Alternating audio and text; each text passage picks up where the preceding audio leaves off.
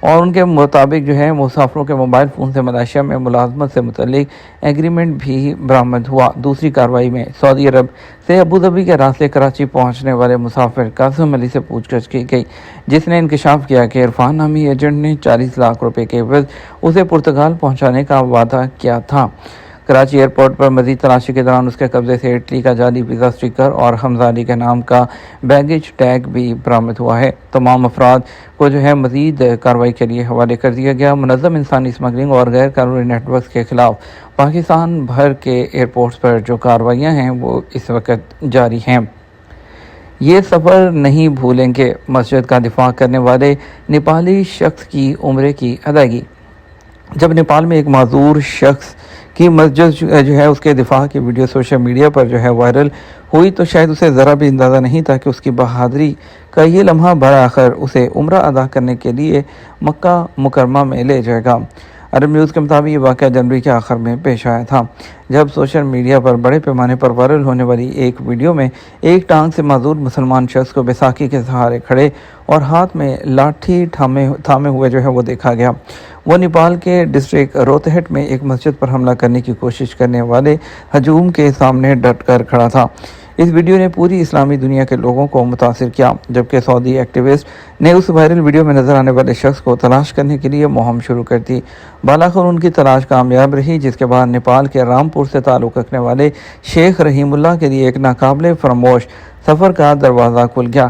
انہیں کبھی توقع نہیں تھی کہ وہ عمرہ ادا کریں گے، اپنی بہادری کے اعتراف میں اعزاز حاصل کریں گے اور ایسی مدد کی پیشکش پائیں گے جو ان کی زندگی بدل سکتی ہے۔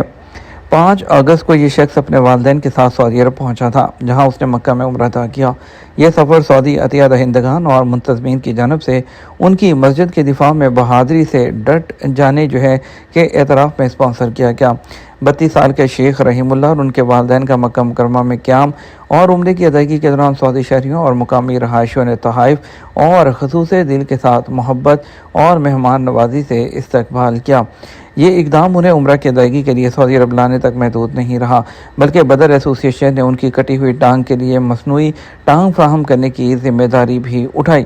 ان کے ساتھی نے عرب نیوز سے بات کرتے ہوئے سعودی عرب میں موجودگی پر ان کی خوشی اور سعودی شہریوں کا شکریہ ادا کیا، جنہوں نے ان سے رابطہ کیا اور ان کی مدد کے لیے آگے بڑھے۔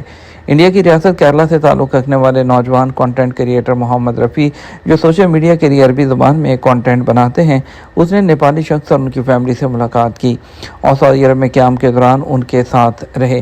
انہوں نے عرب نیوز سے بات کرتے ہوئے کہا کہ سب سے پہلے اللہ کا شکر ہے اور پھر کئی سعودی بھائیوں کا، جن کی بدولت رحیم اللہ جو ہے وہ عمرہ ادا کر سکے اور وہ مکہ مکرمہ اور مدینہ منورہ میں اپنی اور اپنی فیملی کی مہمان نوازی پر بہت خوش ہیں۔ ایران اور امریکہ جنگ کی کچھ تازہ ترین صورتحال جان لیتے ہیں، کچھ بات کر لیتے ہیں ایران اور امریکہ کی جنگ کی۔ ایران کے محافظ آپ کی ٹانگیں توڑ دیں گے، آبنہ ہرمز کو امریکی علاقہ جو ہے قرار دینے کے ٹرمپ کے بیان پر ایرانی آرمی چیف کا سخت بیان۔ ایران میں پولیس اہلکاروں پر حملوں میں ملوث شخص کو سزا موت دے دی گئی۔ ایران نے قطر میں امریکی اڈے پر فضائی حملے کے بعد قطر میں مبینہ طور پر گرفتار 3 ایرانی پائلٹس جو ہیں ان کی تصاویر جاری کر دی ہیں۔ ایران نے 2 مارچ کو قطر میں امریکی فوجی اڈے پر فضائی حملے کے بعد لاپتہ ہونے والے جو اور بعد ازاں مبینہ طور پر قطری افواج کے ہاتھوں گرفتار ہونے والے 3 ایرانی پائلٹس جو ہیں ان کی تصاویر جاری کر دی ہیں۔